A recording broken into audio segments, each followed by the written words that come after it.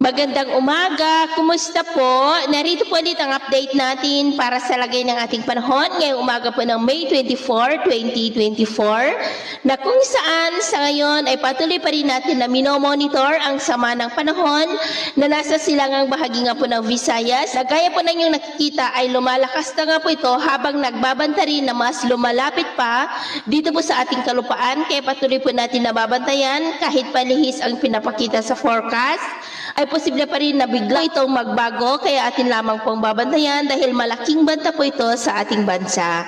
At sa lagay po ng ating panahon, ngayong madaling araw ay maayos pa rin ang panahon sa malaking bahagi ng ating bansa, pero dahil po sa trough ng sama ng panahon ay maulap ang kalangitan na may mga pulupulong pag-ulan, pagkulog at pagkidlat na minsan ay may mga pagbugso ng hangin sa may Eastern Visayas, Bohol, Northern Cebu, northern part ng Panay Island, Aklan, Bicol Region at ilang bahagi ng Caraga. May mga isolated rains rin sa ilang bahagi po ng Palawan, Basilan at Zamboanga Peninsula.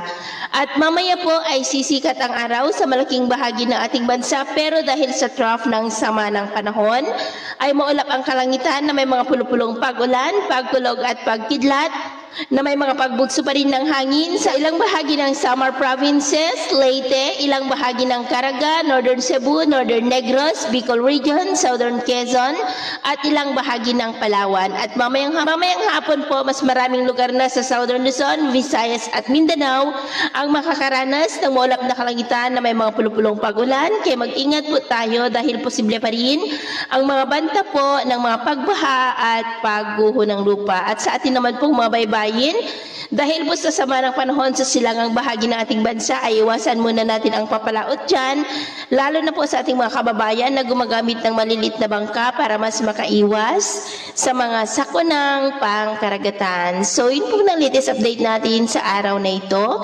At ako po muli si James na nagsasabing sa kahit na pagsubok po na darating sa ating buhay, huwag po tayong mawawalan ng pag-asa. Thank you and God bless.